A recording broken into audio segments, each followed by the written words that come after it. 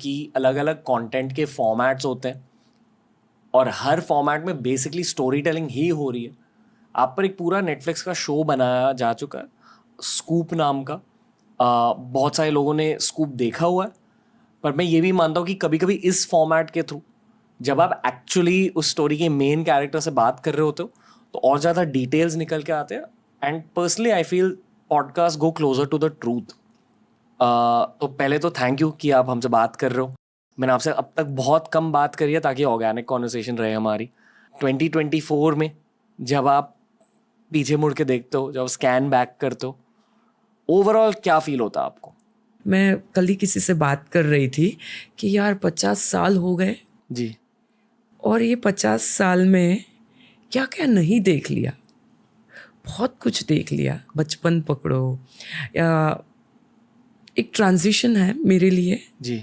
आज मैं जब आपसे बात कर रही हूँ तो सोचती हूँ, सवेरे से सोच रही थी इनफैक्ट, कि लाइफ मेरी एक कहानी बन गई। पहले मैं कहानी लिखती थी, आज मेरी खुद की कहानी बन गई है। और ये सफ़र बहुत बहुत ही लर्निंग एक्सपीरियंस है। जी। बहुत कुछ सीखा और अभी भी सीख रही हूँ। सो हाँ, अच्छा लग रहा है। okay. आपके जर्नलिज्म करियर की शुरुआत कब हुई? 2005 शुरुआत 2005 में हुई थी। में हुई। ओके। या आप बॉम्बे में पले बड़े हो? हाँ, जन्म भी बॉम्बे में है जी। एंड स्कूलिंग, कॉलेज, सब कुछ बॉम्बे में है। 90s के अंडरवर्ल्ड के बारे में आपको याद क्या है? मुझे याद है चीज़ें।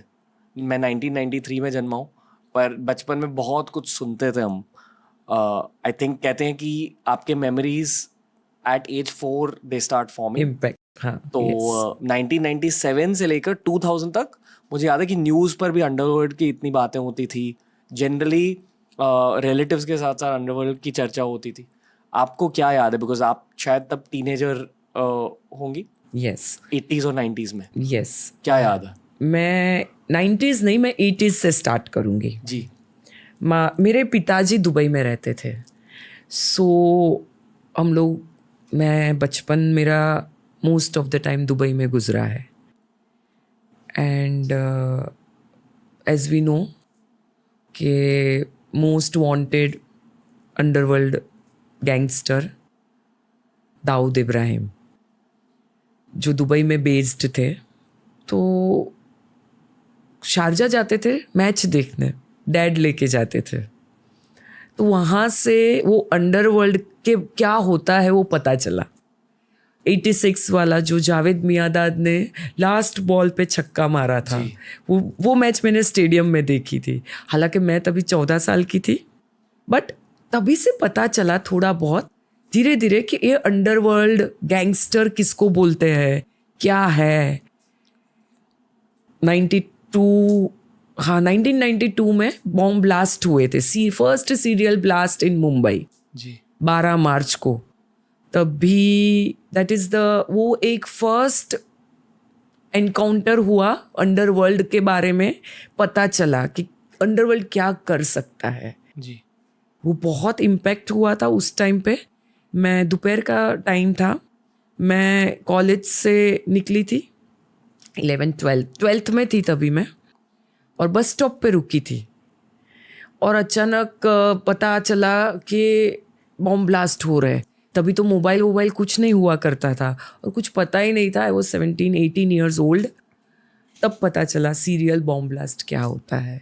धीरे धीरे तो पूरा बॉम्बे वॉज एक ग्रिप में आ गया था अंडरवर्ल्ड के। जी। बहुत का सारी चीज़ें सुनते थे, दाऊद इब्राहिम के बारे में, छोटा राजन के बारे में पढ़ते थे न्यूज़ में। फिर 98-99 में तो वहाँ से फिर ब्रेक लग गया। देन जब ये जर्नी स्टार्ट की एज अ क्राइम रिपोर्टर, तब काफ़ी रिसर्च करने लगी मैं। पर आपने क्राइम रिपोर्टिंग क्यों चूज करी खुद के लिए? मैं बेसिकली लॉ बैकग्राउंड से हूँ, LLB हूँ। जी। जब फर्स्ट टाइम इंटरव्यू देने गई न्यूज़पेपर में, फ्री प्रेस जर्नल में, एडिटर ने पूछा कि क्या करना, कौन सी बीट चाहिए। डिफरेंट बीट होती है, crime beat, medical beat, education beat, court beat. तो मैंने बोला सर जो आप बोलोगे कर लूँगी। At that time I was 33-34 year old. I started career late.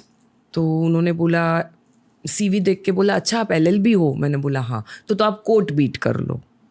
So I was मैंने कोर्ट बीट से अपना रिपोर्टिंग के डेज स्टार्ट किया। एंड वो कोर्ट बीट से कब क्राइम बीट में चली गई वो पता ही नहीं चला। बहुत बारीक लाइन है कोर्ट और क्राइम के बीच में। एंड इवेंचुअली वो हो गया अपने आप ही शायद। पहली इंटरेक्शन किसी गैंगस्टर के साथ कब हुई थी आपकी? इंटरेक्शन एज इन इंटरेक्शन नहीं हुई कभी, बट आप ये बोल सकते हो कि कौन सा फर्स्ट केस मैंने कोई गैंगस्टर के बारे में लिखा, तो वो है अबू सालेम।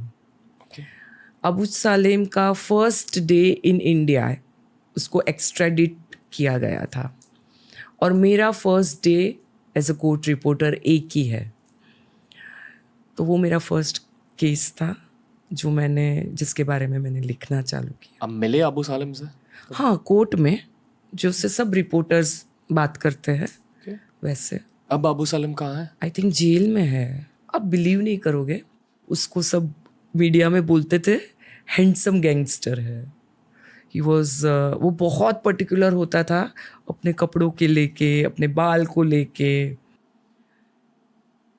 एकदम शांत बैठा रहता था, क्योंकि वो टाइम का वो बहुत बड़ा कैच था इंडिया के लिए। इंडिया मतलब उसके पहले कोई इतना बड़े गैंगस्टर को एक्स्ट्राडिट नहीं किया गया था। एक्स्ट्राडिट मतलब ट्रीटी होती है एक दो कंट्रीज के बीच में, तो वो लीगली उसको लाया गया था, डिपोर्ट नहीं किया था। ही एक्स्ट्राडिशन में उनको दो कंट्री के बीच में ये ट्रीटी होनी चाहिए, तो ही आप एक कंट्री से दूसरे कंट्री में उसको लीगली ला सकते हो। अबू सालेम का बैकग्राउंड क्या है?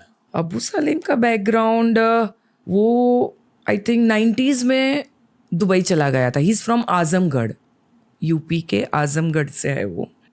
और 90s में वो एक स्मगलर, एक्चुअली बहुत सारे अंडरवर्ल्ड डॉन उन्होंने स्टार्ट किया एज ए स्मगलर, चाहे वो दाऊद इब्राहिम हो, अबू सालेम हो, छोटा राजन हो, मोस्ट ऑफ देम। स्मगलिंग पहले के ज़माने में 70s 80s में अपनी देश की पॉलिसीज़ इतनी लिबरल नहीं थी जी। तो बाहर के देश से सब चीज़ें, गोल्ड आता था, छोटी सी चीज़, आज परफ्यूम हमको सब मॉल में मिलता है, तभी नहीं मिलता था। तो स्मगलिंग वो परफ्यूम की होती थी, इलेक्ट्रॉनिक आइटम्स की होती थी, गोल्ड की होती थी मेनली। तो काफ़ी गैंगस्टर्स ने इसी से स्टार्ट किया है अपना करियर। मतलब इलीगली देश में इन चीज़ों को लाते थे और कट कमाते थे उससे। हाँ। सो वो स्मगलिंग बोलते हैं उसको। So most of them started their career, सब ने इसी से स्टार्ट किया है। तो अबू सालेम भी वही था, कैरियर का काम करते थे। मतलब यहाँ से उनके जो बॉस होते थे वो उनको यहाँ से out of country, suppose Dubai, example Dubai hub हुआ करता था वो टाइम पे, क्योंकि वो ड्यूटी फ्री कंट्री है, वहाँ पे चीज़ें सस्ती मिलती थी। अबू सालेम जाता था और वहाँ से आता था सामान लेके जो यहाँ पे बिकता था। सो उसने स्टार्ट किया ऐसे, एंड देन धीरे धीरे वो दाऊद इब्राहिम और उसका भाई बेसिकली अनीस इब्राहिम के टच में आया दुबई में, एंड वो गैंग से वो एसोसिएट हो गया। मतलब डी गैंग के साथ जुड़ गया। डी गैंग के साथ जुड़ गया वो। 90s का वो टाइम था जब भी एक्सटॉर्शन बहुत हफ्ता वसूली, तो वो डी गैंग के बिहाफ से वो कॉल्स करता था मुंबई के जाने माने व्यक्तियों को, जैसे वो बिल्डर हो, टीवी पर्सनालिटी, बॉलीवुड पर्सनालिटी हो, उनको प्रोटेक्शन मनी बोलते हैं। मतलब कहते थे कि या तो आप हमें पैसे दे दो या आपको प्रोटेक्शन नहीं मिलेगी। हाँ। अभी किससे नहीं मिलेगी? या तो वो राइवल गैंग हो सकती है या तो डी गैंग ही। वो टाइम पे सबसे ज़्यादा तो डी गैंग का ही वर्चस्व था 90s में। तो अब भी डी गैंग के मेंबर्स हैं मुंबई में? 12 साल से जब से मेरा इंसिडेंट हुआ है, मैं मीडिया के या क्राइम, बॉम्बे क्राइम के का सिनेरो मुझे नहीं पता है।